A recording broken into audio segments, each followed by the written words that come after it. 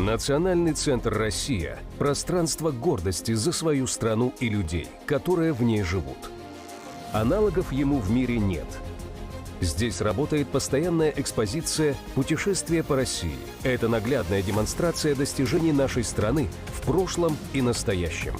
С момента открытия Национального центра в ноябре 2024 года прошло более 10 выставок. Мы сотрудничаем с лучшими производителями страны. В универмаге «Россия» можно найти продукцию, созданную руками и сердцем. В гастрономических рядах представлены кухни народов России. Через вкус можно многое узнать о стране, ее традициях и культуре. Национальный центр – это сотни культурных, образовательных, деловых и международных событий, важных для всего мира. Мы соединяем сердца на первом, единственном в мире свадебном фестивале. Это бережное сохранение традиционных семейных ценностей. Мы бережно храним память о подвигах героев и объединяем людей со всех уголков России, создавая живую связь прошлого, настоящего и будущего. Особое внимание уделяем молодежи и развитию их профессиональных навыков. В школах юного экскурсовода и журналиста мы признаемся в любви к родине. В 2029 году откроется новое здание Национального центра в Москве.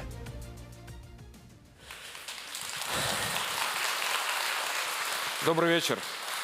Меня зовут Алексей Чесноков. Я ведущий литературного клуба «Чтобы почитать смыслы» в Национальном центре «Россия». И рад вас сегодня приветствовать здесь, в этом зале. Спасибо, что пришли, что проявили внимание к нашему сегодняшнему мероприятию. Хотел бы напомнить, что мы находимся в Национальном центре «Россия». Вот сейчас прошел ролик, который я вам рассказал о нем. Сегодня Национальный центр «Россия» открывает новый цикл встреч в литературном клубе. Вы знаете, литературный клуб уже не первый год действует в Национальном центре России. До этого мы обсуждали художественную литературу. И теперь мы переходим к разного рода книгам о философии, истории, политике, обществе и так далее. Мне кажется, это тоже будет интересный цикл. И я хотел бы поблагодарить всю команду Национального центра, которая на протяжении всех этих лет уже способствует тому, чтобы вы проводили время с пользой для себя. Сегодня мы поговорим о русской философии. И я хотел бы пригласить сюда нашего гостя Алексея Павловича Козырева,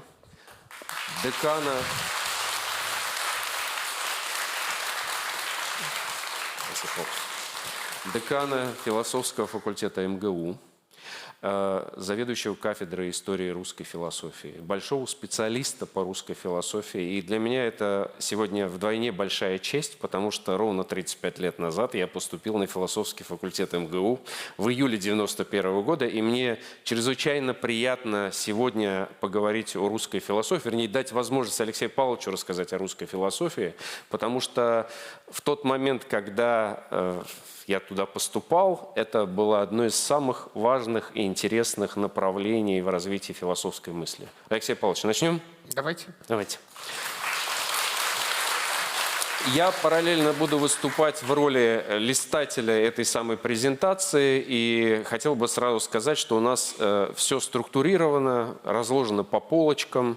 У нас будет некоторый блок, когда мы пообсуждаем прошлое и настоящее русской философии. Следующий блок поговорим о будущем, а потом будут вопросы из зала, и, соответственно, можете подготовиться. А уже после того, когда мы завершим трансляцию, те авторы лучших вопросов получат от Алексея Павловича и, надеюсь, от меня некоторые книги для того, чтобы это были стимулы для знакомства с русской философией и русской мыслью. Ну что, начинаем? Когда говорят о русской философии, часто скатываются в некие шаблоны о том, что русская философия – это исключительно религиозная философия. Правда ли это, Алексей Павлович? И насколько это вам кажется объективным? Ну, вы знаете, это один из мифов, который существует у нас на Западе.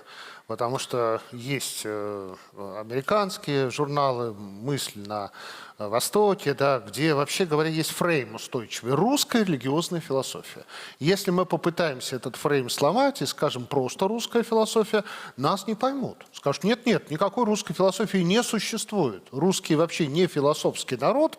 Вот это некая религиозная такая метафизика, мистика, да, вот это, да, православие, вот, а философия – это рациональный дискурс, этим занимается Запад. Вот. Ну, наверное, все-таки мы не согласимся с этим, потому что надо сказать, что у нас были философы и отнюдь не православного толка, и не христианского толка. Вот. А куда мы денем наших революционеров-демократов? И опять-таки сами американцы, два самых цитируемых русских философа – это Ленин и Бакунин. Это что, религиозные философы? Ну, в каком-то смысле, может быть, и да. Вот, особенно это уже, Бакунин. Да. Потом все-таки русская философия науки. Ну, возьмем того же Энгельмейера, да, того же Вернадского. Вот. Возьмем Густава Шпета, который является русским гумбольдтианцем, русской философии языка. Это же ведь удивительное явление. Это не только Шпет, это и Потебня, и Бодуэн де Куртоне, это историческая поэтика Веселовского. Нет, конечно, русская философия не только религиозная, но надо сказать, что, конечно, русская религиозная философия есть особый феномен внутри русской философии. И, например, Николай Устрялов, издатель сборника «Смена вех», говорил, что у России есть три выдающихся достижения от конца XIX – начала XX века. Это русская классическая литература, это русская музыка и это русская религиозная философия. То есть, вообще-то говоря, это высказывание, к которому можно прислушаться. Ну и если уж позволите еще одну итерацию сделать, а что немецкая философия, она не религиозная? Что Шеллинг, Гегель, Фихте – это не религиозные философы? Или что, извините, Декарт – не религиозный философ, да? Колледж Лафлеш, иезуиты – или Мальбранш, не религиозный философ.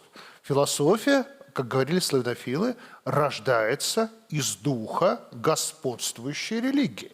То есть философия в каком-то смысле это сливки на молоке. Вот какое молоко, такие и сливки. Вот поэтому в каком-то смысле из католичества рождается своя философия, из протестантизма своя философия.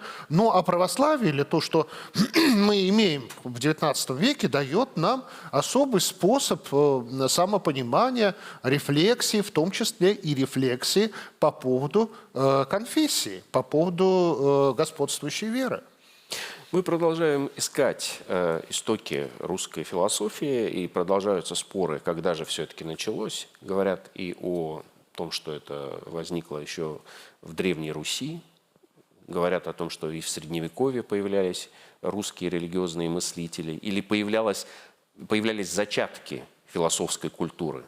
Но, наверное, самое распространенное мнение, что в начале XIX века с Петра Яковлевича Чедаева можно говорить о постановке ключевых вопросов для русской философской мысли. Сохраняется ли такая постановка вопроса, или же можно по-другому как-то посмотреть? Может быть, сдвинулись рамки исторические, может быть, можно по-другому посмотреть на конец XVIII века? Вы знаете, я знал коллег и очень уважал коллег, которые всю жизнь занимались только древней русской философией. Ну, например, Мельков или Громов, мой учитель, да. Михаил Николаевич.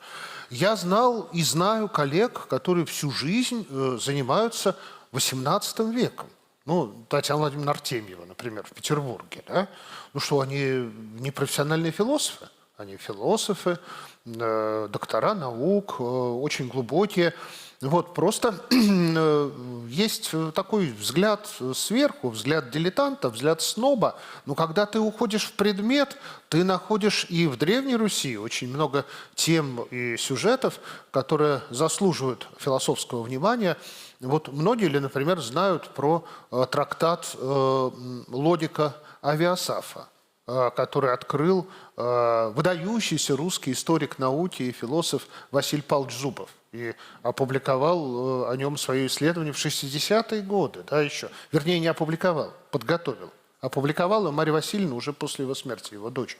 И это один из ключевых логических учебников, да, который распространился на Руси благодаря, ну или благодаря в кавычки, ереси жидовствующих. Вот. И это интереснейший текст, где арабский аристотелизм, где Маймонид, Ибн Гибероль. Вот. Текст очень субтильный, и он существовал. Он существовал в 15 веке, да? Вот, на древнерусском языке. Вот. Поэтому время начала русской философии это очень непростой вопрос, да? Вот, и зависит во многом от наших с вами убеждений. Если мы считаем, что Россия родилась в результате петровских реформ и вестернизации окна в Европу, сквозняка, который подул в это окно, то тогда, наверное, точкой отсчета будет Петровская эпоха. Да? Вот. Но, вы знаете, вот я записываю программу «Философские ночи» в Андреевском монастыре. Там находится студия «Радио Вера». Я всегда своим гостям говорю, вы знаете, первый философский курс в Москве был прочитан здесь, когда в 1654 году возникла школа бояр Ртищевых.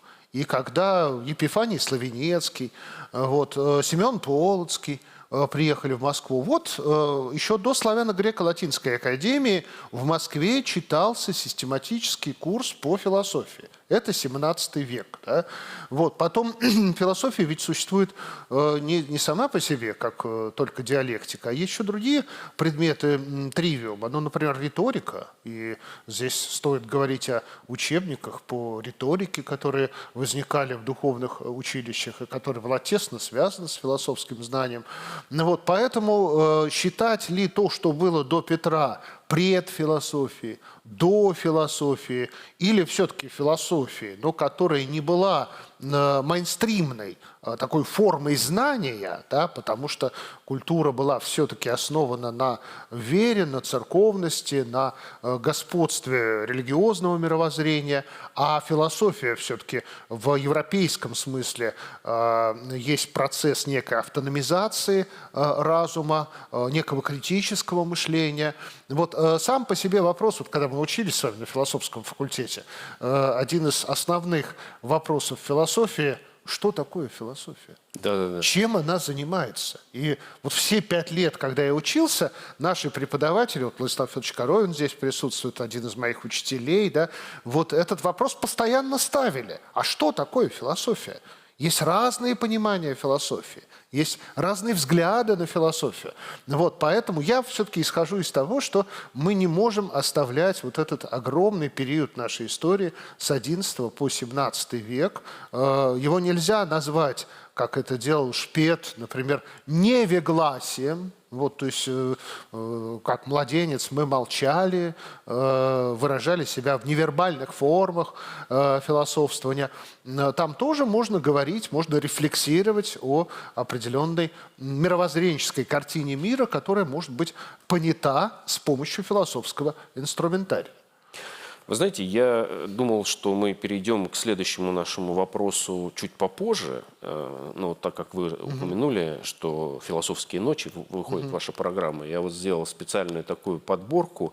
Это авторский проект Алексея Павловича, которые касаются философии. Это и «Радио Вера», это и курс по истории русской философии на постнауке и курс по истории русской философии на Техин.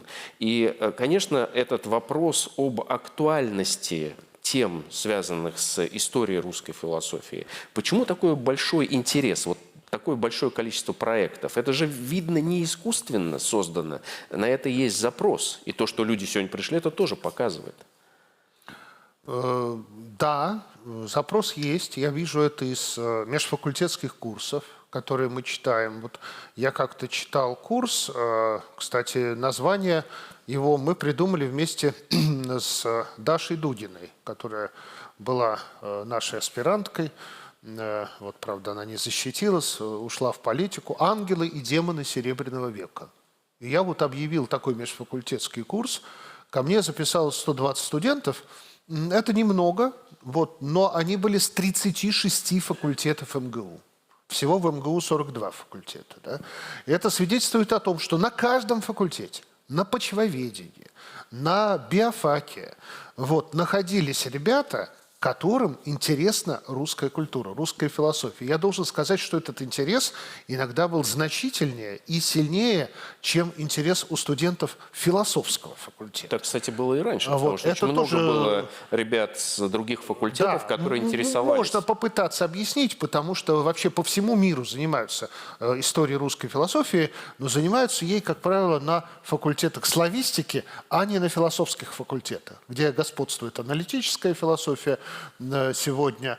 Вот. И вот этот интерес, наверное, он связан не с каким-то чисто философским интересом. Вот я хочу по профессии стать историком русской философии, а с интересом мировоззренческим, личным, с желанием понять, кто мы, откуда мы движемся, куда мы идем, где мы живем, что это за страна такая, в которой мы живем. А, понимаете, мы ведь эту страну, мы с вами в Национальном центре России открываем для себя всю жизнь. Вот. Я не могу сказать, что я очень хорошо знаю Россию, что я ее всю изъездил вдоль и поперек. Вот. Хотя я много где был. Я не был, например, на Камчатке. Вот. В Туве я не был никогда. Вот. То есть страна-то у нас удивительная и не только вширь, но и вглубь.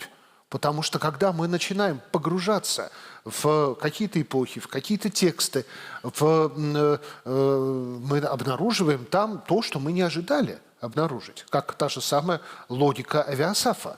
Вот, поэтому интерес к русской мысли – это интерес к самим себе. Самое страшное, если мы потеряем интерес к себе, если нам будет казаться, что мы можем выжить и можем жить чужим умом, заимствованным умом.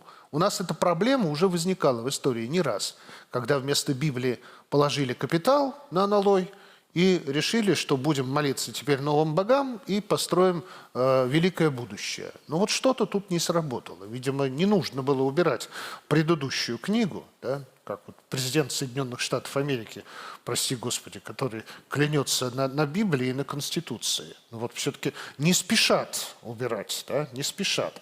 Вот, поэтому у нас максимализм, это в нашей крови, да, вот надо все перестроить, пересмотреть, отменить то, что было. Я сжег тому, то, чему я поклонялся, я поклонился тому, что я сжигал. Вот, нет, все-таки нам надо повзрослеть. Нам надо как-то все-таки внимательнее относиться к своему прошлому и стать по-настоящему исследователями этого прошлого. Вы согласны с одним из героев Достоевского, с одним из братьев Карамазовых о том, что все русские в той или иной степени философы? Ну, есть я такое, немножко переделал, конечно, есть фразу. Такое, мне очень хочется, чтобы эта фраза звучала мнение. так. Его, кстати сказать, Николай Ануфриевич Лосский разделял в характере русского народа. Книги, которые он написал для посева, когда ему уже исполнилось 80 лет, и когда он мог писать без ссылок на источники, как бы то, что он помнил. Вот, что вообще говоря, вот крестьянину русскому, ему интересны две вещи. Это первое, как посеять и как собрать урожай. Да? Вот, и второе, это для чего я живу. Да? Вот, то есть, Платон Каратаев у Толстого это почти Платон что народный Каратаев философ. Да? Это вот народный философ. И в этом плане мало чем отличается Мартин Хайдеггер, который тоже идет там какой-то своей этой швабской бабке, задать ей вопрос, стоит ли ему принимать предложение от Берлинского университета. Вот, и этот голос земли. Да, есть другая точка зрения, что философ – это профессионал, это сфера профессиональной деятельности, это человек, который освоил хорошо Платона, Канта, Гегеля, Wittgensteina, который знает модус операнди философского размышления. Вот. Но, понимаете, есть разница, об этом Флоренский хорошо писал, между гением и талантом. Вот талант, он действительно человек очень хорошо обученный, а гений иногда может из ничего сделать философию, как Яков Бёме, например, швабский сапожник, который стоял у истоков целой немецкой классической философии, да, своей мистикой. Вот, поэтому, ну, такие гении, конечно, редко рождаются, но в русской философии они тоже были. Ну, вот Василий Васильевич Розен, например, один из таких гениев. Но, правда, у Розанова за плечами все-таки был Московский университет. Мережковский, я не считаю Мережковского гением. Вот, Розанов, безусловно, да, но все-таки лекции Троицкого слушал и учился в Московском университете. То есть в основе все-таки была определенная школа. И большой, конечно, круг чтения, который у Розанова был, энциклопедический.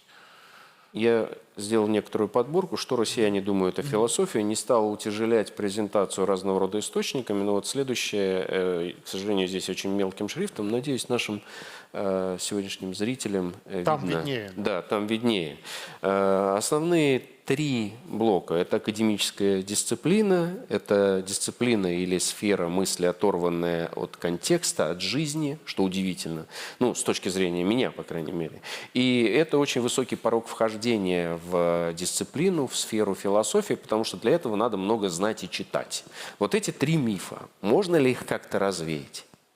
Ну, вы знаете, я позволил бы себе вспомнить моего предшественника и учителя, нашего многолетнего декана Владимира Васильевича Миронова, вот член-корреспондента РАН, вы тоже его хорошо знали, да, поступали. Благодаря ему я поступил на философскую факультет. Ведь Владимир Васильевич был сыном бедных, что называется. Отца не было, мать по наемам, была наемным рабочим, строила высотку МГУ, жила в бараках. Да? Сокольниках, по-моему. Да. В каких Сокольниках? Нет? На месте нашего Шуваловского корпуса. Да? В Раменках. Миронов родился в Раменках, там, где он потом работал деканом. И вот его начитанность философии, она возникла еще в школе, даже в интернате, по-моему, он учился, благодаря дяде, у которого была очень хорошая библиотека. И он оттуда брал книги библиотеки всемирной литературы. Помните, такая серия была 200 томов, 200 а там, кстати, и Платон был, да, в этой серии, и Данте, «Божественная комедия», Монтень, да.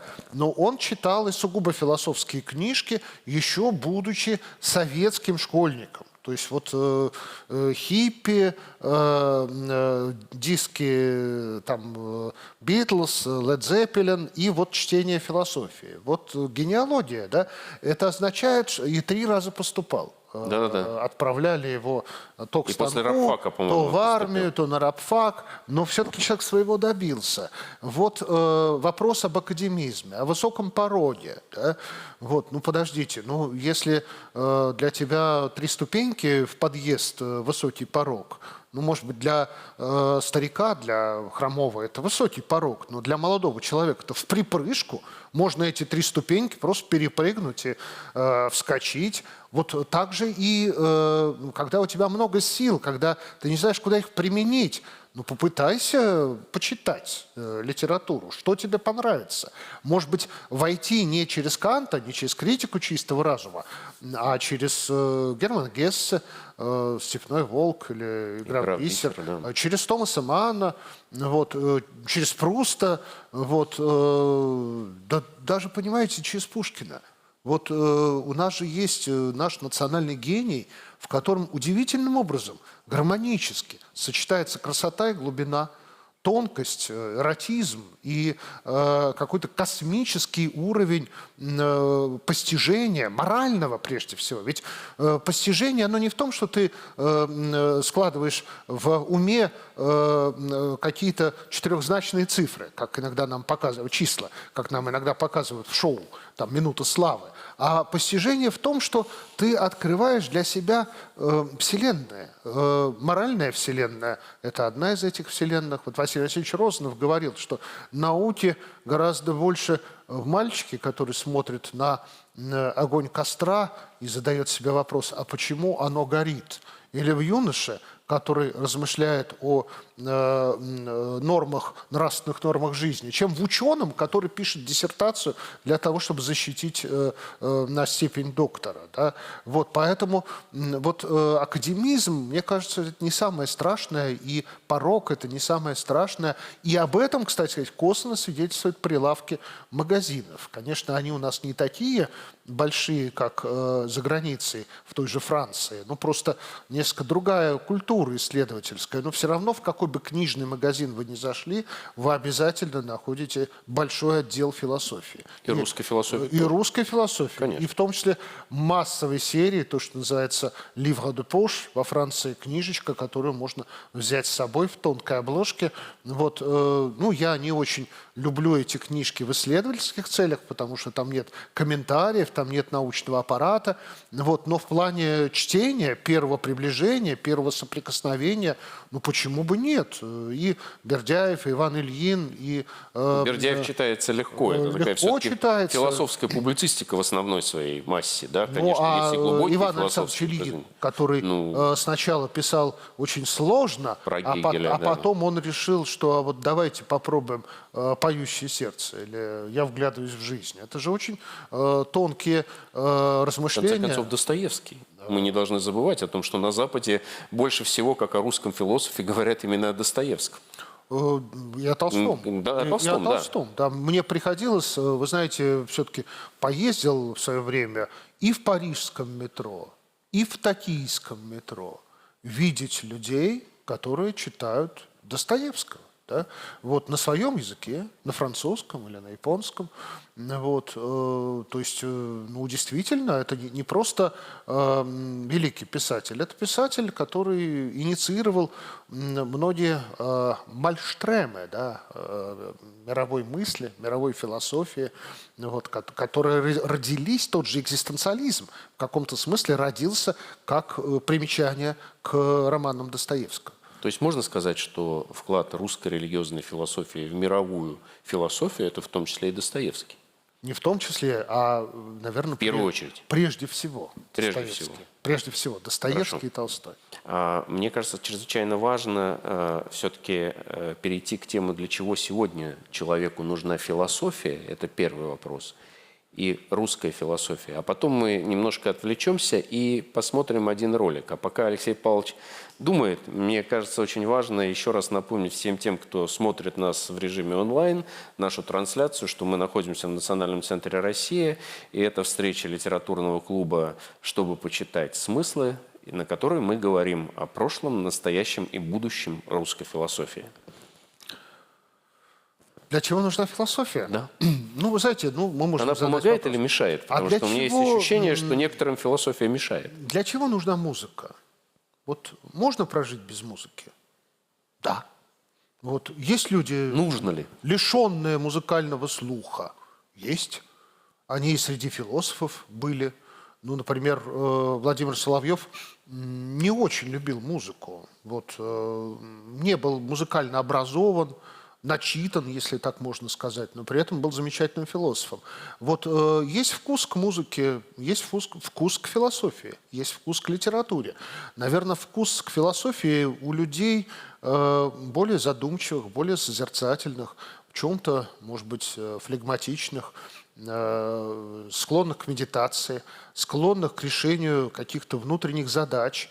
Но для чего нужна философия в обществе? Мне кажется, она прежде всего нужна для медиации между другими формами духовной деятельности, между теорией и практикой, между верой и знанием, поскольку нету другого медиатора, да, который мог бы так эффективно осуществлять коммуникацию, диалог ученых и религий. И, кстати, здесь я не скажу только христианской религии. Например, мои коллеги ездили, которые занимаются философией сознания в Тибет, встречались с Далай-ламой, вступали в диалог, и есть буддийские монастыри, которые занимаются философией сознания. Ислам – это тоже совершенно не чуждая интеллектуальной деятельности религия, имеющая свои замечательные традиции. Вот философия – это такой коммуникатор. Это вот площадка, мы сегодня с вами на площадке Национального центра России. Здесь действительно есть подиум, есть амфитеатр, а философия в каком-то смысле – это виртуальная площадка, вот, потому что многие люди обращаются к Пригожину, к Стивену Хокингу, да, то есть вот они хотят узнать, как устроен мир, да. Порядок из хаоса вы имеете в виду, да, да. И Уайтхед, философия процесса, то есть какие-то предельные вещи, которые мы не можем объяснить только из изучения геометрии, физики, математики. Вот что такое пространство и время? Вот, и для этого и частно-научному знанию философия не лишняя, да, и поэтому она есть у нас в преподавании. Это обязательная дисциплина социогуманитарного ядра. И сегодня Министерство науки и образования это подтверждает. Вот недавно 4 дисциплины социогуманитарного ядра. И в обществе философия – это возможность, то есть занятие философией – это не обязанность каждого из нас. Никто не принуждает к тому, чтобы читать философские книги. Точно так же, как никто не принуждает идти в Большой театр и слушать тетралогию «Кольца Нибелунгов» Вагнера.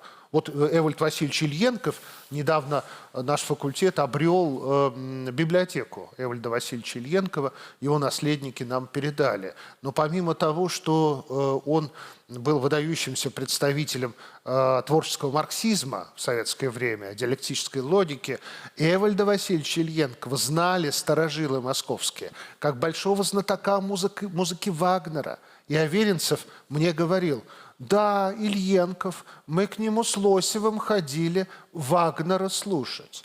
И вот когда я оказался дома у Елены Эвальдовны, у его дочери, да, я увидел эти виниловые пластинки Вагнера, и я увидел партитуры практически всех опер.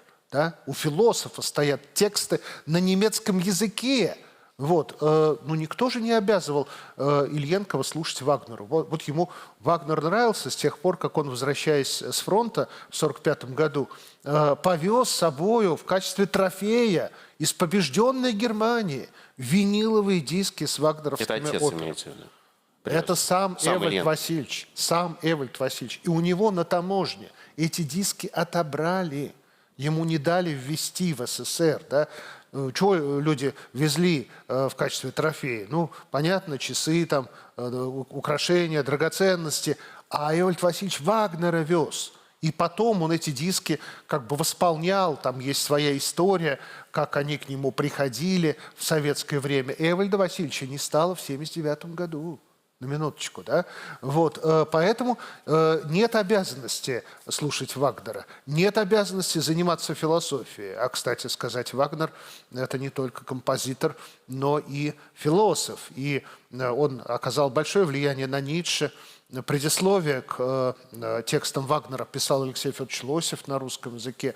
Вот поэтому мы здесь попадаем в такую паутину духовной культуры, да?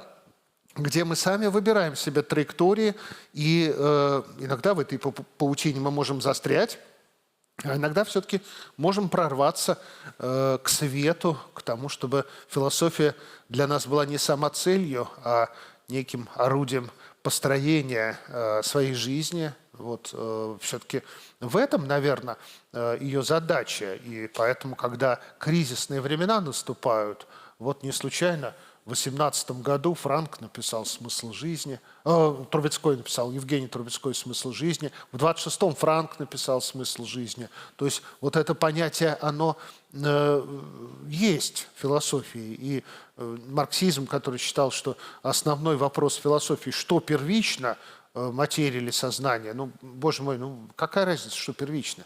Важно, как я живу. И как мне выгрести, да? Поэтому я считаю, что основной вопрос философии – это как раз вопрос о том, зачем жить. Да? Алексей Павлович, 3 замечания. Первое. Ну, конечно же, если вы посмотрите на одну из самых востребованных сегодня карьерных траекторий для философов в Соединенных Штатах, это эксперт для искусственного интеллекта. Сегодня практически все крупные фирмы, которые заняты лингвистическими моделями, которые заняты вот этими программами, нанимают на работу философов, потому что философы, особенно специалисты в сфере этики, востребованы и помогают настраивать этот самый искусственный интеллект. И они понимают, как работают с точки зрения и логики, и с точки зрения лингвистики, и с точки зрения этики эти самые модели. Вторая важная вещь – это, конечно же, кризисные времена, а они у нас постоянно, они рождают спрос на то, о чем вы говорили, смысл жизни, смысл существования человека. И третий момент, вот этот интерес к русской философии сегодня довольно сильно проявляется в разного рода событиях, которые происходят в нашей стране. И тут я хотел бы предложить вам посмотреть некий небольшой ролик, связанный с философией, и заодно, может быть, убедиться в том, что это действительно актуальное и интересное занятие для сегодняшнего молодого человека. Он был подготовлен для конференции «Философия будущего», которая прошла на нашей площадке в конце июня в МГУ. Это была большая международная конференция. Вот, но, довольно много было специалистов из 30 стран или больше? 32 страны. 32 страны и приехали создатели нам милостиво разрешили показать сегодня этот ролик, посмотреть его в этой аудитории. Мне кажется, это не безинтересно, потому что здесь, сразу скажу, использованы технологии искусственного интеллекта. Ну что, включаемся?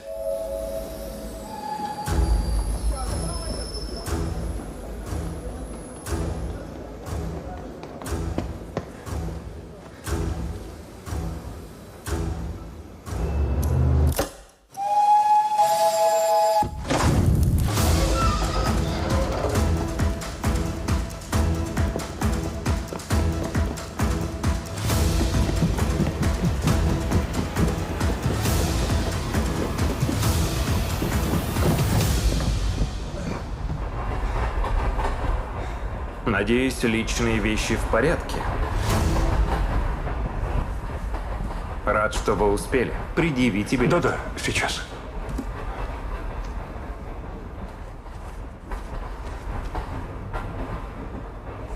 Алексей Федорович вас ожидает в первом вагоне.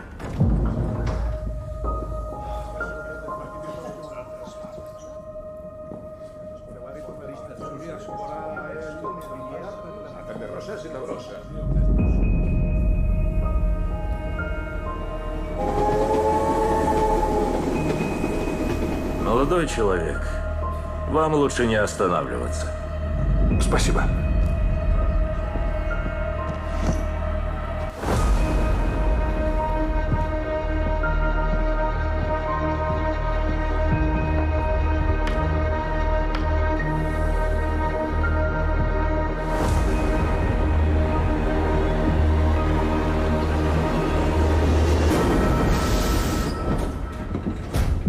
Ищешь человек? Я тоже.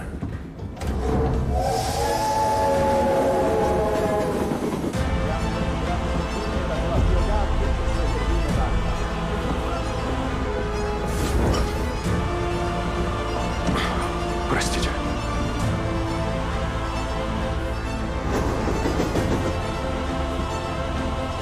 Не задерживайся, времени мало.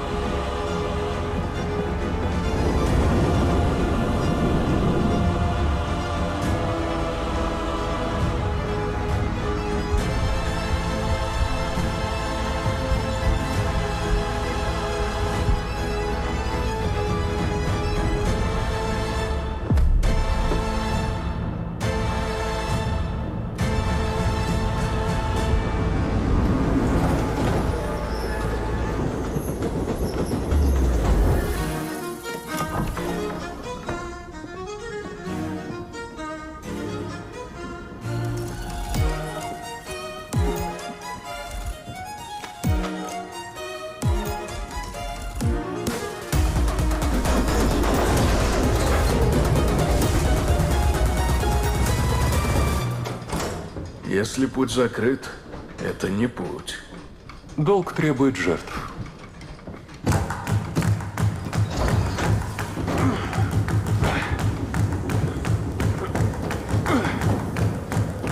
Прыгай, брат! Внизу свои! Прыгай, давай! Ничего, все падают. Важно встать. Вас ждут. Идите.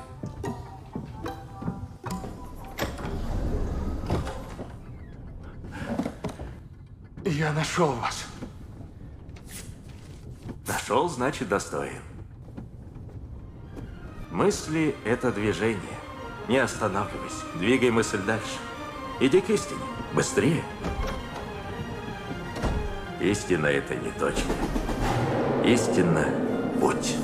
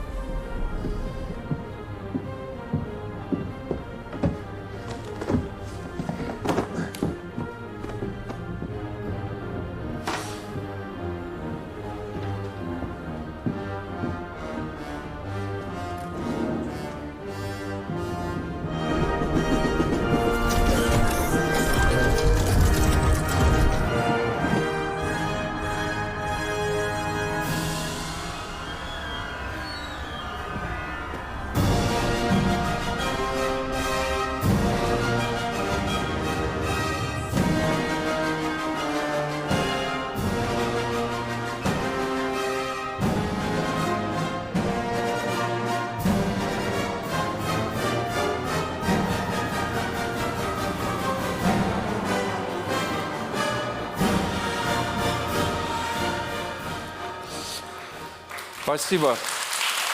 Ну вот такой немножко хулиганский взгляд на историю философии и на то, как мы сегодня пытаемся разобраться в долгом пути человека к современному осмыслению образа будущего. Поэтому я хотел бы сейчас уже переключиться к тем темам в режиме Блица, которые можно было бы Можно обсудить. маленький комментарий Да. еще к этому ролику. Да?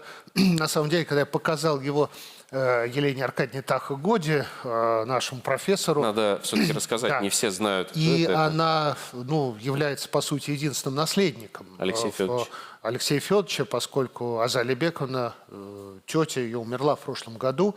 Вот, она сначала впала в ступор, а потом она говорит, да, это интересно, люди, которые делали этот ролик, они неплохо знают биографию Алексея Федоровича Лосева. И действительно, когда Лосев покидал Берлин, началась Первая мировая война, и там было много наших стажеров, писавших диссертации. Лосев успел на последний паровоз, который уходил из Берлина в Россию. Вот Иван Ильин не успел. Ему пришлось потом морским путем возвращаться через Крым. А Лосев успел, но он потерял свой чемодан. Вот здесь вы видели, как он его теряет, да, ну, может быть, в действительности это было по-другому, но, во всяком случае, Лосев приехал без рукописей, без материалов, накопленных за 2 года.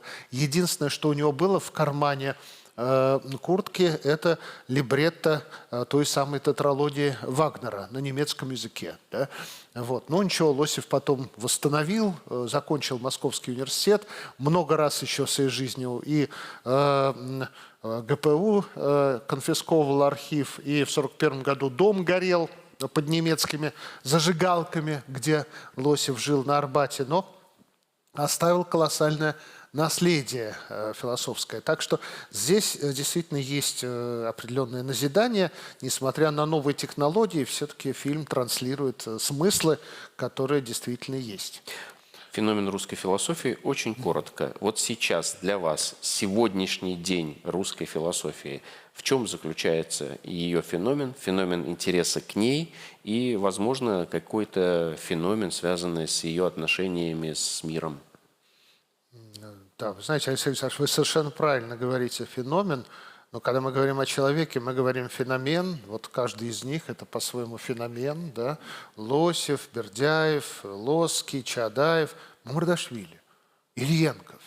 А вот здесь мы уже задаем себе вопрос, а это вообще русская философия? То есть, вообще-то говоря, это так называемый творческий марксизм советский, 60-е, 80-е годы. Вот Александр Зиновьев, я бы еще добавил сюда, это имя человека, который вернулся из эмиграции и успел у нас попреподавать. Я с ним пересекся, я его знал, мы с ним общались.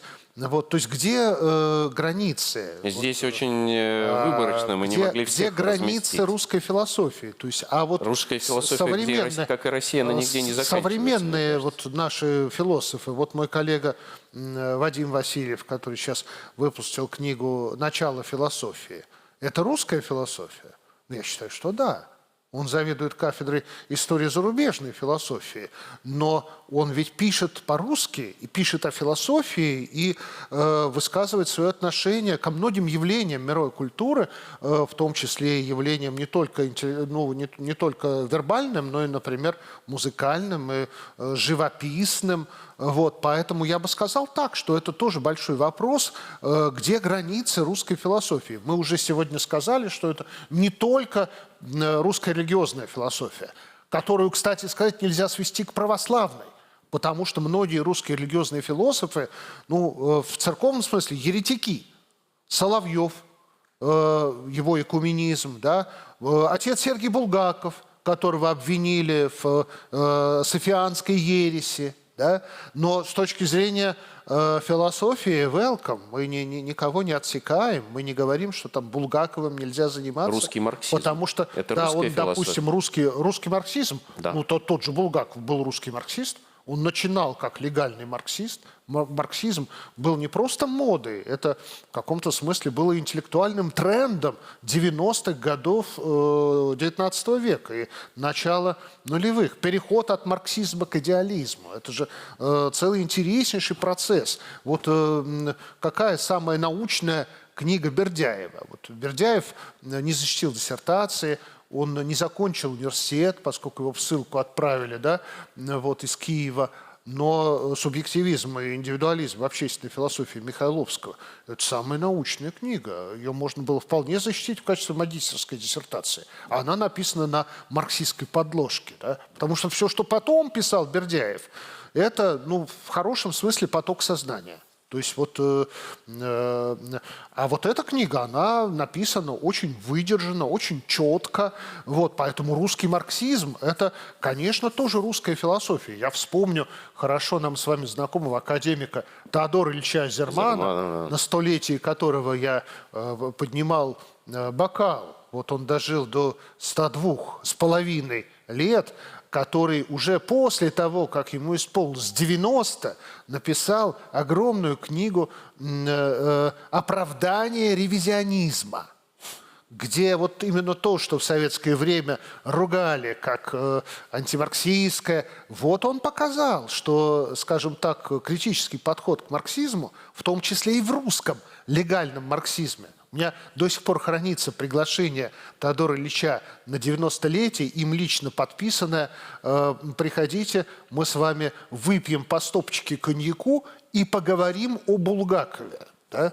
Вот, то есть ему очень интересна была эта линия, русская линия, да, вот такого своеобразного восприятия марксизма. И потом, в советское время, что последнее ушло из такой вот русской религиозной философии? Федоров. Потому что федоровцы как-то сумели интегрироваться с марксистами. И возник феномен Федорова марксизма. Вот. И Калинин там на каком-то съезде в 29 году, всесоюзный староста, упоминал имя Николая Федоровича Федорова. И Горький в «Известиях» писал статью о Федорове. Да? Алексей Павлович, можно я прерву? Мы, на самом деле, здесь, в рамках литературного клуба, когда обсуждали художественные произведения, мы обсуждали Стругацких, мы обсуждали, понятно, Достоевского, и все время возникала фигура Федорова. И русский космизм, понятно, и все, что с этим связано. То есть и есть разные, очень жесткие критические высказывания в адрес тех мыслей, которые он предлагал нам, и в то же время есть восторженные. Мне кажется, это совершенно недооцененная фигура с точки зрения понимания отношения человека и космоса, человека и природы. И, возможно, в какой-то момент это будет востребовано, может быть, на совершенно другом этапе. Не знаю, как вы думаете на эту тему. Ну, кстати, сегодня мне приходится читать статьи, которые пишут наши молодые исследователи.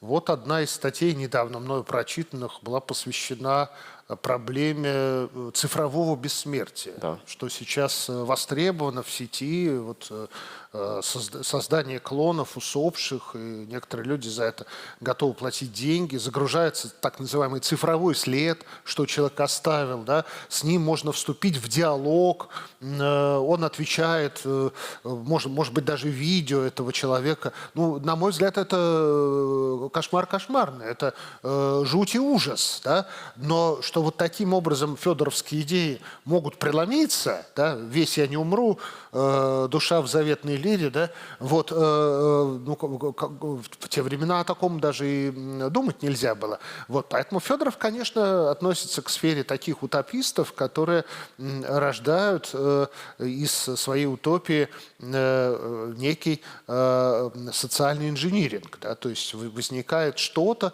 что, может быть, даже и не ожидалось Как сейчас самим принято говорить, мыслителем. социальная архитектура. Социальная архитектура, да, то есть, ну, сказать, что Федоров социальный архитектор, это, может быть, слишком Но, сильно. с другой стороны, без него бы, наверное, не было и Циолковского, и не было, Конечно, может быть, и Королева, и Гагарина. Циолковский вспоминал, что в Чертковской библиотеке, где Федоров служил, да, он познакомился с очень странным человеком. Вот, то есть была личная встреча Циолковского с Федоровым. И Достоевский встречался, и Соловьев Владимир Сергеевич, Достоевский я так вообще понимаю. боготворил. Да. Да. Соловьев на какое-то время делался его проповедником просто в своих лекциях в Санкт-Петербургском университете. Поэтому, как его назвал Булгаков, загадочный мыслитель. Да? Вот. Ну и, конечно, влияние такого человека, оно, может быть, даже не столько на философию, сколько на культуру в целом, на литературу, на того же Сейчас Андрея вот мы Платонова. перейдем к следующей Да. стадии. Вот пространство русской философии. Мы говорили уже о Достоевском и о русской литературе, как пропитанной вот этим философским духом. Но мы говорим и о специалистах в сфере изучения русского языка, истории, культуры и даже политики. Ну, конечно, конечно. Вот, кстати сказать, вот в «Философских ночах» мы пытаемся об этом говорить, и я с удовольствием приглашаю историков и художников, иногда и политологов, потому что здесь есть о чем поговорить. Вот, Политологи любят поговорить. я да, знаю. но тут надо еще и как бы все это опирать на какие-то факты. Лосев, правда, говорил, что не надо верить фактам, а надо верить в реальность общего. Вот. Но тот же Сергей Семенович Уваров, который придумал вот такую идеологическую триаду православие, самодержавие, народность. Кстати, где он ее придумал? В своем выступлении перед студентами Московского университета.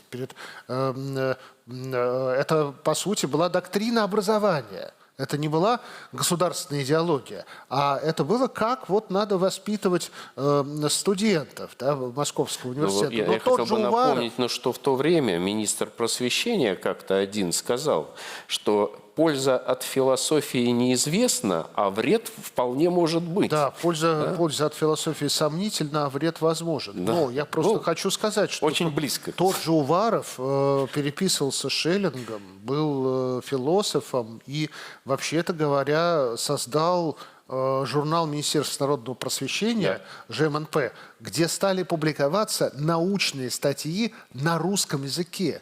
До этого считалось, что языком науки должен быть французский или какой-то еще иностранный язык.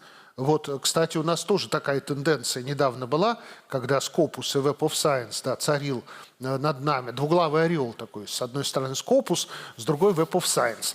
Вот. И, Не обижайте нашего орла, пожалуйста. Ну, а разные бывают орлы. Это не наш орел, это их орел. Да? Но просто нас хотели уложить в это прокрустово ложе Scopus и Web of Science, и чтобы мы статьи о русской литературе писали на английском языке. Вот, доходило просто до какого-то абсурда. Нет уж, извините, у нас есть язык русской науки, да? Есть русский язык. Мы должны уметь писать по-русски. Вот. Есть иногда такая версия, что философия – это испорченная литература, что философы просто плохо пишут. Они пишут каким-то казенным, терминологически сухим, абстрактным языком. Да, такое бывает. Философ больше, чем литератор, связан с термином, с понятием. И иногда он даже пытается придумать новое понятие, новый концепт. Но нельзя отменить и того, что есть философы, которые очень хорошо владеют родным языком. И у Владимира Николаевича Ильина, которым я занимался, есть такая статья «Стиль русских философов», где он, например, говорит о том, что Владимир Соловьев был прекрасный литератор, был прекрасный стилист. И не случайно Соловьев не только философ, но и великий русский поэт, который стал учителем для русских символистов, для Блока, для Брюсова, для Андрея Белого. А поэт знает цену слову. Не всякий хороший писатель, хороший стилист, но уж поэт, все-таки вот Фет, Соловьев, да, они умеют писать прозой. И есть и западные философы, замечательные стилисты. Ну, возьмите Артура Шопенгауэра. Да, прекрасный писатель. И не случайно Фет его переводил по-русски. «Мир как воля и представление». Первый перевод выполнен Афанасием Фетом, нашим тончайшим лириком.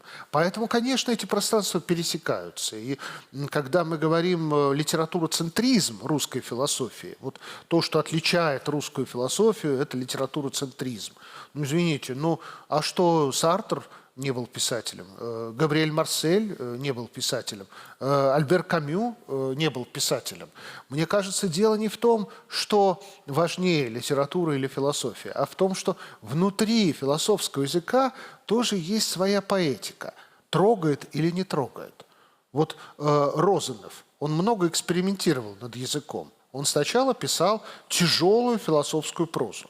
«Книга о понимании». Блестящая, очень умная, очень талантливая, но никто не прочитал. Вот. А вот «Уединенные опавшие листья» все прочитали. Вот. То есть Розанов придумал для себя такое сальто-мортале, чтобы вывернуть себя наизнанку и обрести свой язык, русское письмо. Вот коллега Алексей Алексеевич Грикалов в Петербурге, есть такой философ, вот у него есть термин «русское письмо». Да, вот обрести свой русский стиль письма. Вот Розанову это удалось. И Соловьеву это удалось.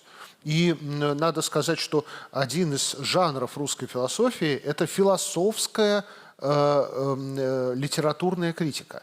Когда Франк пишет о Достоевском, Франк пишет о Пушкине, Франк пишет о Толстом, Соловьев пишет «Судьба Пушкина», о Тютчеве, о Случевском, о Полонском, о Лермонтове. И Белинского мы не можем выкинуть, несмотря на его непопулярность. И Белинского, сегодня. Ну извините, вообще конечно, да, рождается, его на русская философия да? рождается как литературная критика. И здесь и Белинский, и Киреевский, который осмысляет Бориса Годунова, Пушкина, да, в конце 20-х годов. То есть вот это теснейшая связь. И смотрите, если золотой век русской литературы это Пушкин, вот, то, наверное, золотой век русской философии начинается с Владимира Соловьева. То есть это на 50 лет позже. Вот, то есть есть какое-то, не то что опоздание, а так же, как яблоки. Знаете, в саду бывают, вот какие-то в конце июля созревают, а какие-то надо ждать до ноября. Вот раньше можно, конечно, съесть, но невкусно. Вот так же и философия. Это какой-то плод, который дольше зреет, чем литература. И в каком-то смысле последует литературе, поскольку для философии нужен материал. Не просто материал жизненный, но и материал текстовый. Вот великий Аристотель, если мы будем читать его поэтику, да любые работы Аристотеля, он опирается на то, что уже текстово сделала древнегреческая философия, культура, трагедия. Да? То есть, по сути, он вторичен относительно того, что сделали 2 века архаики и классики. Но сейчас мы критикуем Сократа, который, как известно, не очень хотел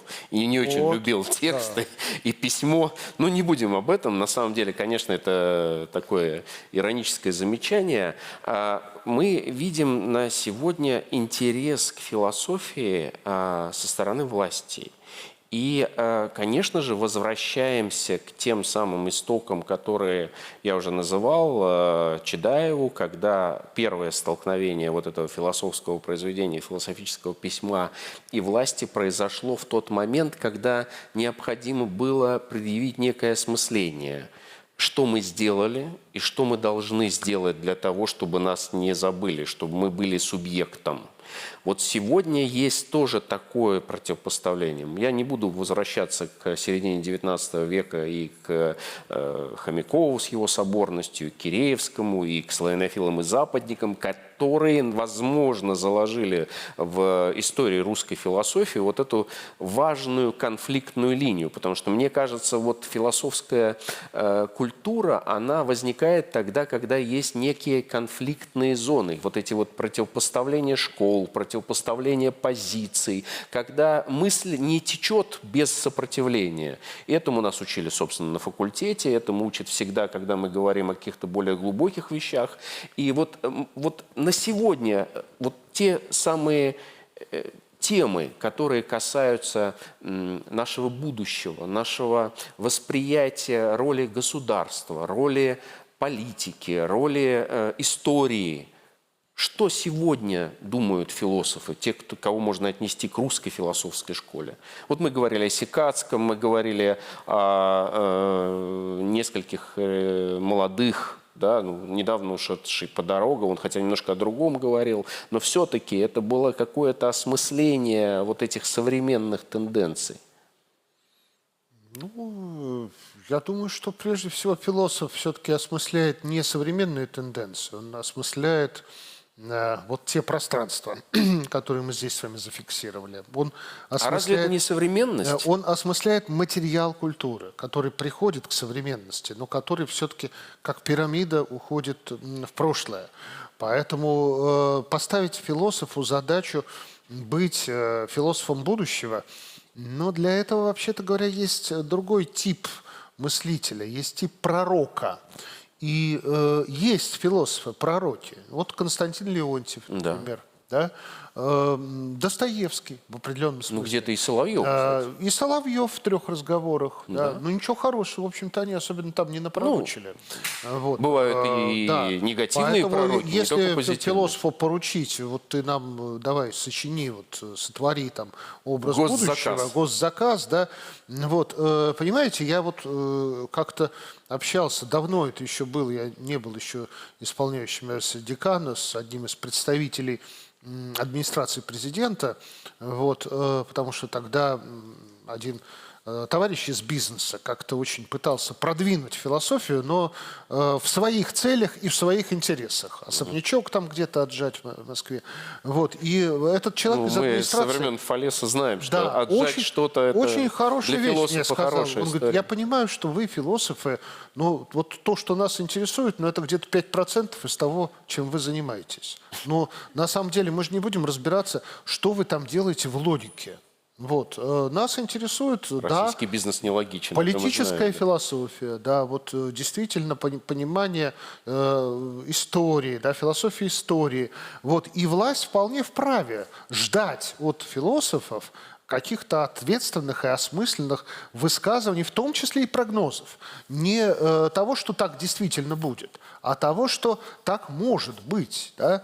Вот, поэтому, мне кажется, это одна из функций философии. Функция прогнозирующая, функция предупреждающая и даже функция предсказывающая. Но к этому нельзя свести всю философию. Философия – это все-таки работа с материалом культуры. И тот же Валерий Подорога – это был философ литературы. Это был философ, который много работал с темой телесности, Это философ, который много работал с французским постмодерном и модерном. Да?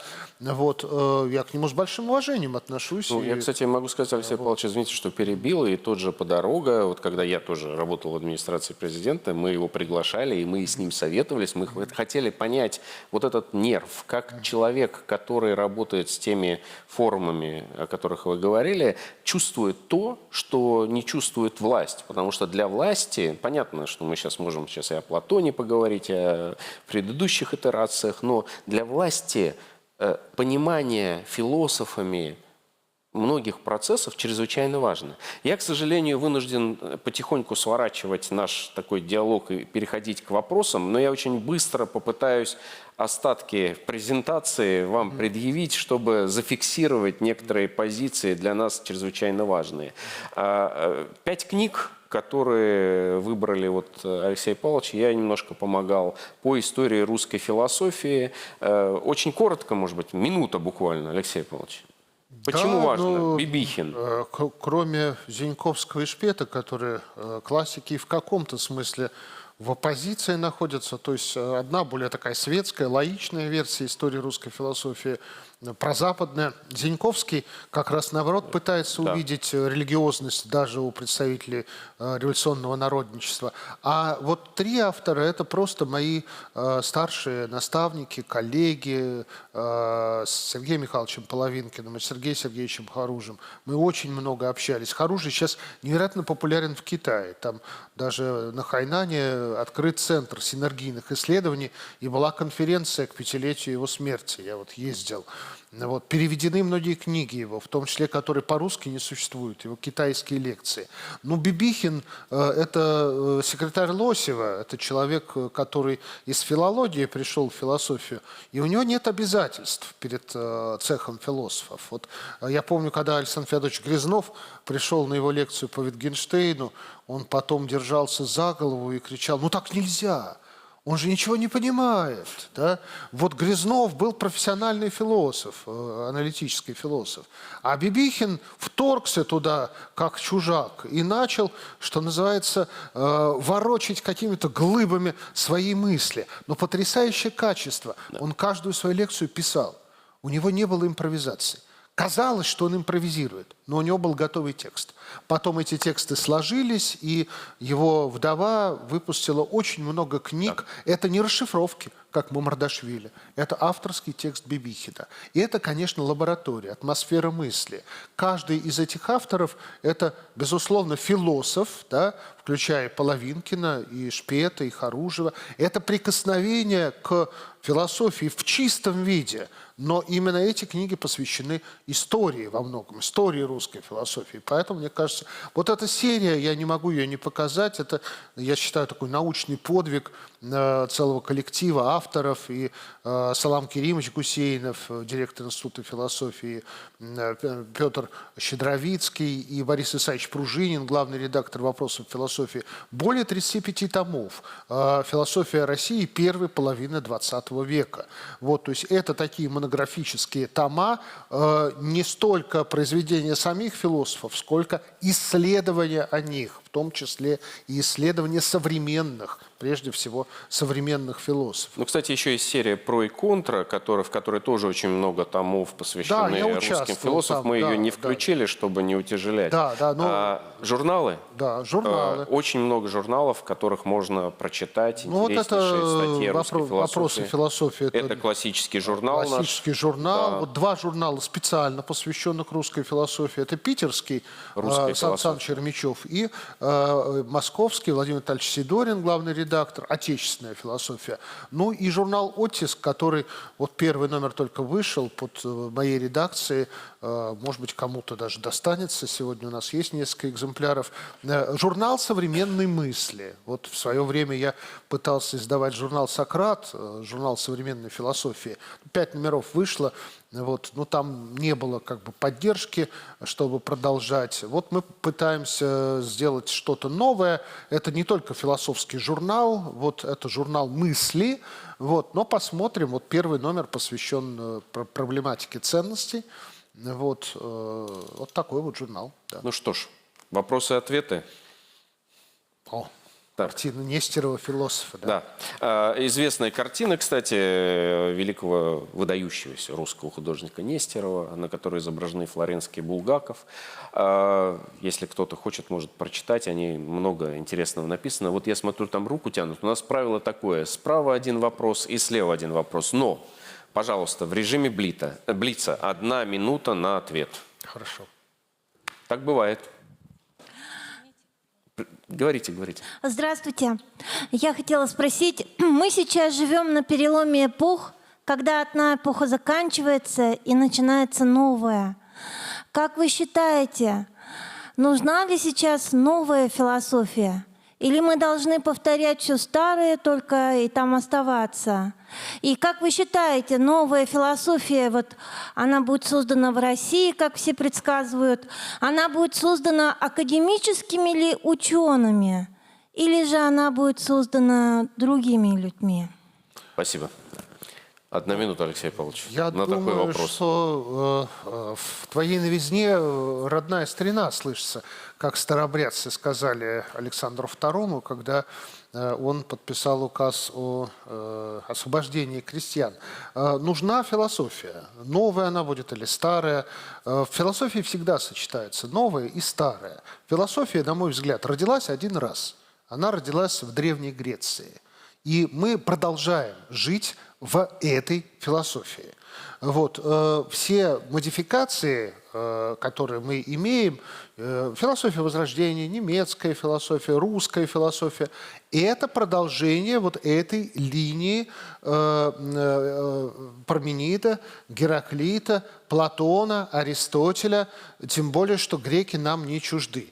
А кто создает философию? Ну, извините, Гераклит и Парменид не были докторами философских наук. Важно, как твои идеи, как твой текст впишется потом в историю культуры, насколько он будет востребован. Рукописи не горят. Если бы надо было, Платон бы с Аристотелем не дошли до нас. А раз они дошли, в этом есть что-то провиденциальное. Также и в ваших философских великих трудах, если истории нужно будет, чтобы они остались в истории, они останутся. Знаете, я только дополню, когда мы учились в советские времена, в одном из учебников философии приводилась в самом начале фраза Маркса: «Философы не вырастают, как грибы из земли, они продукт своего времени, своего народа».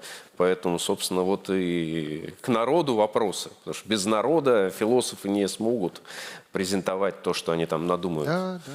С левой стороны. Здравствуйте. У меня такой вопрос.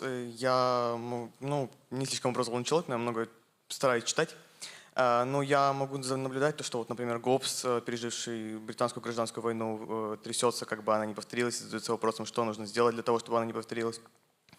Римские философы, как, например, Цицерон, ищут опоры в законодательстве Рима. И наши философы конца XIX века искали вопросы, для них был наиболее трепетный вопрос – это поиск вот от классовой борьбы.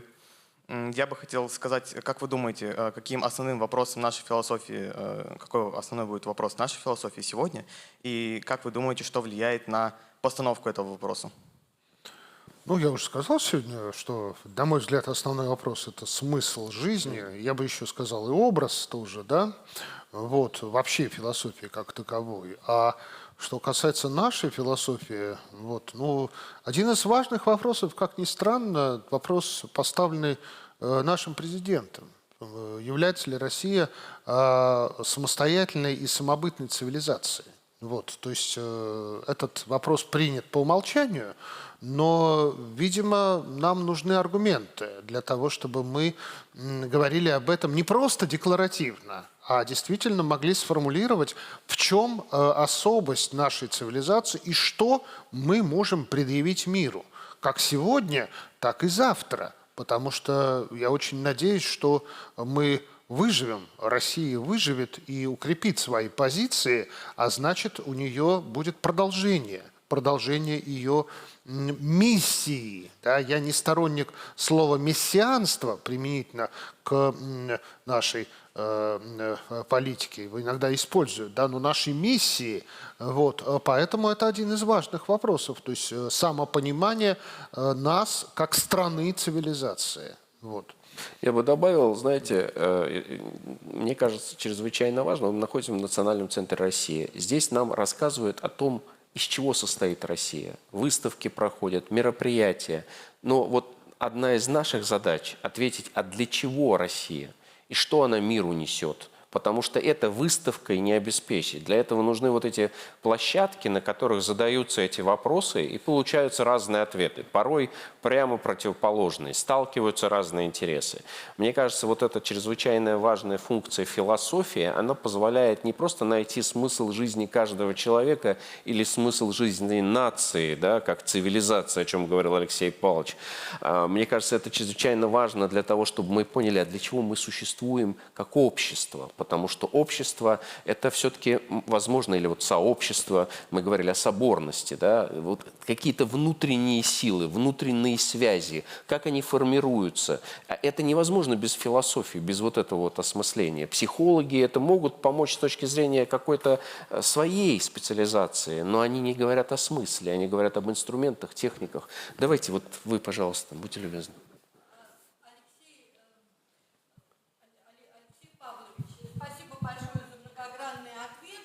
Вот я знаю, что вы много посвятили своих трудов философии Владимира Соловьева. И действительно, у него такие разнообразные темы: и всеединство, и соборность, и национальные вопросы, русская идея, и вечная женственность. Вот я изучаю вечную женственность в Серебряном веке, но вот мне интересно все-таки, а какое из направлений учений Соловьева Владимира будет в будущем актуально?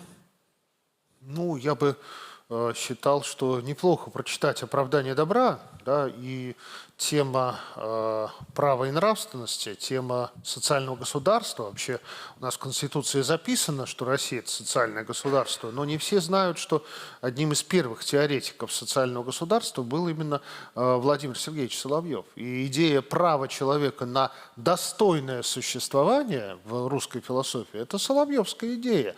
Кстати сказать, идеи Соловьева очень трезвые, да, при том, что он мистик, визионер, там, с Софией там своей общался. Но то, что мы читаем в «Оправдании добра» относительно войны, относительно национального вопроса, это очень трезвые идеи. Это философ, который, мне кажется, не потерял своей актуальности для нас, для вот нашего гражданского общества, для построения какого-то разумного, правового и социального государства.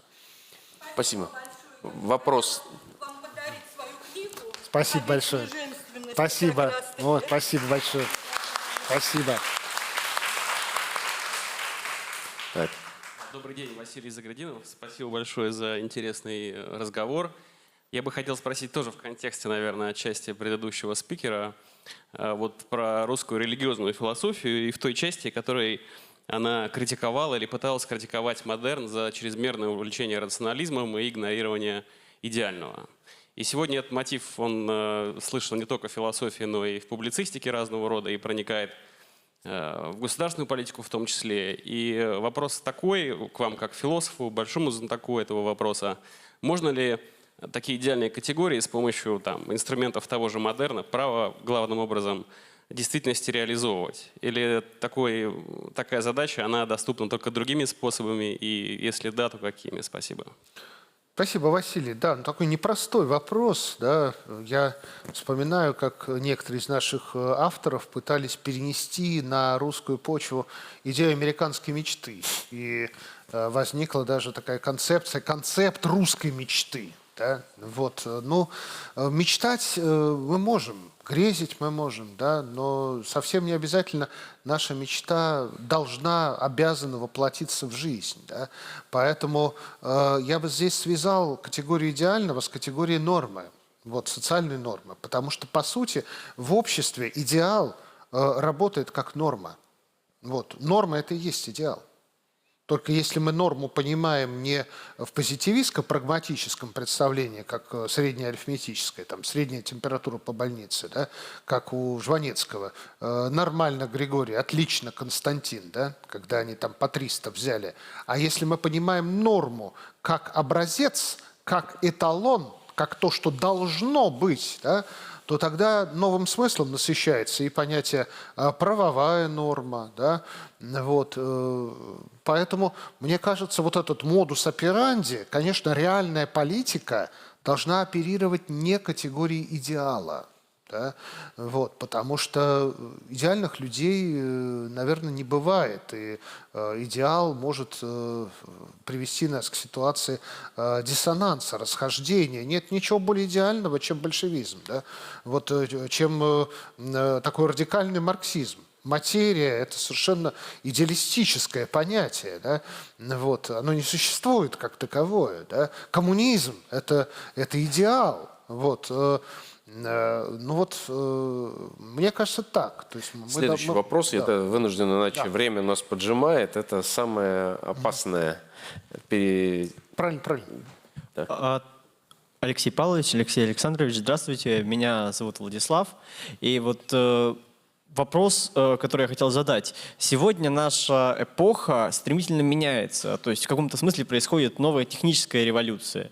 И вот у нашей эпохи есть такое название – эпоха постправды, которая подразумевает, что истина, она как бы недостижима. И хотел спросить, какой вклад могут современные философы внести в систему философскую, ну, не все ли сказано, оспорено и пересказано до нас? Не катится ли вот этот поезд, который мы видели в ролике, по кругу? И как сегодня вот тем, кто только вступает в эту большую игру, большую систему, стать в этом поезде, ну, если не машинистами, хотя бы проводниками? И вот второй вопрос сразу. По одному, пожалуйста, нам нужно все-таки всем дать возможность. Извините, пожалуйста. Спасибо большое за красивую метафору.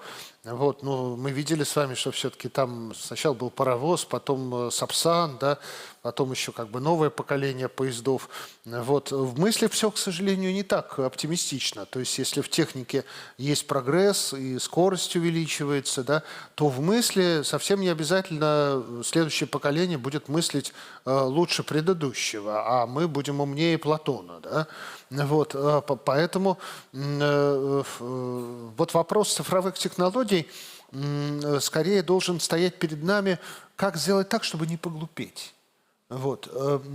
Паскаль, уверовавший во Христа, призывал «сабетир» – поглупеть во Христе. Да?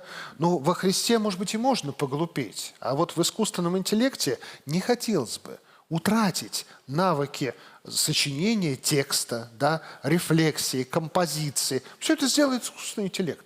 Ну, пусть искусственный интеллект сноски за меня расставит, но мыслить-то я должен все-таки сам и сохранить способность писать тексты так, как я пишу, потому что искусственный интеллект безлик.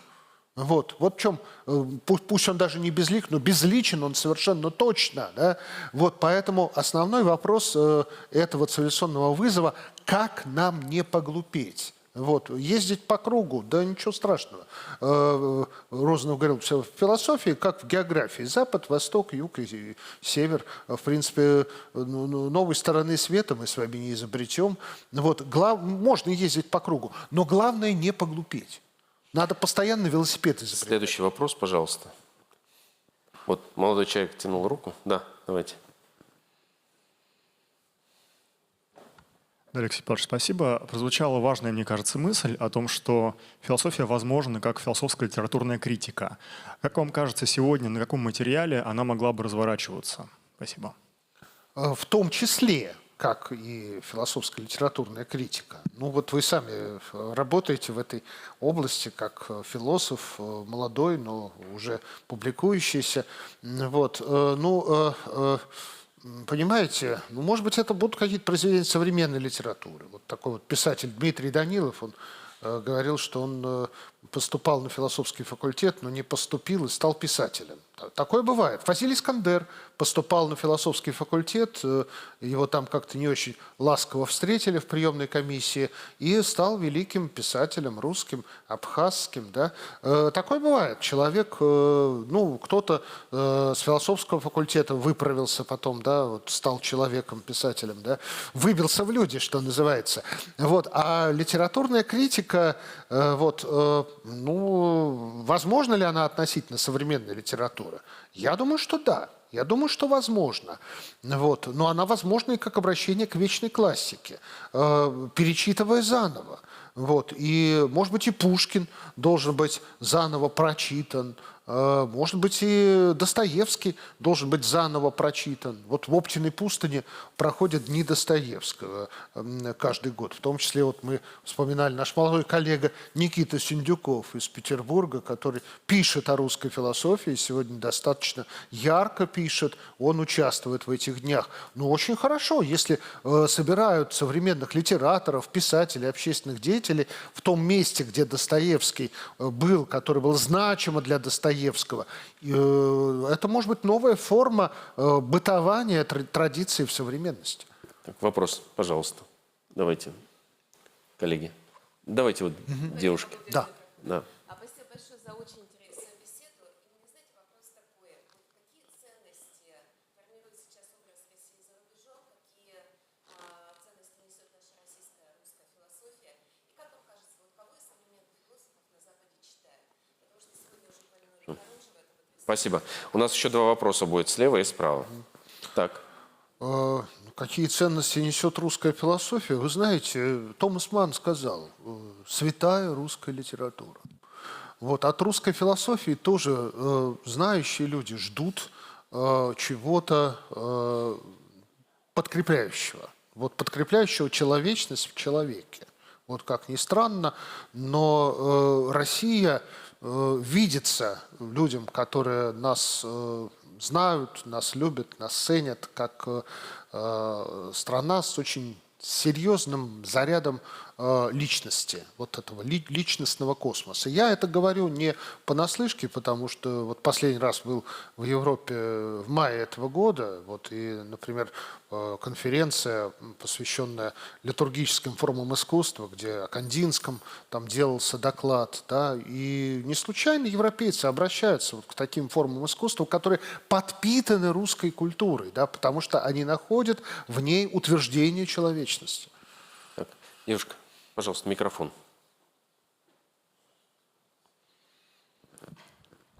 Да, здравствуйте, спасибо за мероприятие. Кондратьев Иван Юрьевич, сетевое издание «Клуб здравомыслия». Я в свое время открыл для себя Михаила Михайловича Филиппова, автора двухтомника «Философия действительности», 1895 год, и редактора журнала «Научное обозрение». Это замечательный совершенно человек, который потом стал прототипом толстовского романа «Гиперболоид инженера Гарина». Да, и вообще всего связанного. Там достаточно загадочная фигура. И в этом плане не кажется ли вам, что пора вспомнить империокритицизм Канта? Филиппов очень отъявленно, я бы сказал, критиковал Гегеля, его идеологию. Ну и, собственно, сам Филиппов был учеником Менделеева, переводил его на французский и переводил на английский Дарвина и Маркса. И его как бы основная идея его труда – это была идея развития. Он ее рассматривал от Фалеса и до современного Дарвина. Двухтомник, когда я в историчке взял второй том, скопировал, мне предложили скопировать еще точно такой же толщины в 5 сантиметров том библиографии. То есть это 19 век. Понимаете, огромный совершенно труд, который, в принципе, ни в советское время, ни сейчас как бы не находится вот среди обсуждаемых вещей. Хотя на самом деле это вот именно философия русского реализма. Спасибо большое. Я вынужден поджимать. Извините, пожалуйста. Пора ли вспомнить просто критику и как основной инструмент философии? Вот видите, у нас много замечательных имен, забытых, но которые мы можем актуализировать. Вот одно из таких имен – это Филиппов. Одно из имен – вот Аким Волынский, о котором недавно Матвеичев защитил докторскую диссертацию. Интереснейший совершенно человек. Вот. Что же касается традиции кантианства и империокритицизма, это все-таки разные традиции. Вот. У нас 300 лет Канта отмечалось в 1924 году. Причем нигде в мире не было такого конгресса, как в Калининграде. Вот Кантовского конгресса. Конечно, планировалось более масштабное мероприятие, но в силу СВО к нам многие не захотели ехать, но все равно было больше десятка немецких участников. Понимаете, колоссальный конгресс, вице-премьер открывает и модерирует пленарное заседание, интереснейшие доклады, множество секций. Вот, то есть кто скажет, что у нас мысль Канта забыта, и мы к имени Канта не обращаемся. Что касается империокритицизма, империоманизма, ну тоже интересное явление. Почему не вспомнить Маха, Авенариуса? Вот, и у нас Богданов был, да, такой интересный... Экспериментатор. Да, комментатор, и тектология Богданова – это мировое явление. Им интересуется сегодня не только в России, научная организация труда. Вот, вообще-то говоря, отсюда пошла. Поэтому мы богаты идеями. Нам эти идеи просто нужно каким-то образом выуживать, да, из нашего архива, из нашего прошлого и делать достоянием сегодняшнего дня. Последний вопрос. Давайте. Добрый вечер. У меня следующий вопрос. Участвуют ли современные русские философы в создании концепции преподавания предметов в школьной программе? Если да, то как они видят будущее нашего школьного образования? Спасибо. У нас на факультете есть кафедра философии образования. Она существует уже больше 15 лет. Елена Владимировна Брызгальна ей заведует. И да, они этим занимаются. Во-первых, они проводят регулярные школы для учителей истории обществознания. 2 раза в год мы собираем по 150 учителей, которые онлайн подключаются к нам со всей России. Вот 2 дня читаем для них лекции. Учителя, которые знают, что у нас есть эта программа, они заранее узнают, записываются, потому что это для них очень важно. Это важный продукт, голос, который звучит из Московского университета. В школе нашей есть проблемы, и в средней школе, и в высшей школе. Вот, в принципе, это не основная задача философского факультета реформировать школьное образование, но поскольку такая кафедра есть, и люди есть, которые хорошо знакомы с ситуацией, они работают, и школы есть, с которыми мы сотрудничаем, участвуем в программах правительства Москвы. Вот, у нас более 35 школ, с которыми мы подписали договор о сотрудничестве. Вот, так что про школу, ученые школам, опять-таки, ходим лекции читать. Не забываем про школы, не забываем. Но один факультет, наверное, здесь не может сделать что-то кардинального. Для этого прежде всего нужны усилия сверху, усилия административные, вот, разумные. Да, вот, я надеюсь, что мы совместными усилиями одолеем. Спасибо большое, Алексей Павлович. Вот видите, мы говорили о том, занимается ли русская философия будущим, какое будущее у русской философии. Вот заниматься образованием и теми, кого нужно воспитывать, готовить уже сейчас. Ну, нам, к сожалению, придется заканчивать. Я хотел бы еще выполнить роль такого рекламного агента, в хорошем смысле этого слова. Я уже говорил о Национальном центре России, и вот новый журнал появился в Национальном центре России под названием «Лев». И этот журнал можно увидеть на сайте Национального центра России. Я так понимаю, что он будет регулярным, и там будет много рассказываться о России, и в том числе и о разного рода интеллектуальных практиках. А сейчас я хотел бы, прежде чем мы перейдем к финальной части нашей встречи и будем вручать книги, поблагодарить, во-первых, Алексея Павловича за то, что он нашел время. И, во-вторых, высказать слова благодарности нашим учителям и Московскому университету в целом, и философскому факультету, конечно же. Многие из фамилий из этого факультета сегодня звучали и здесь. И мне кажется, чрезвычайно важно беречь и не просто сохранять, а развивать наши философские школы.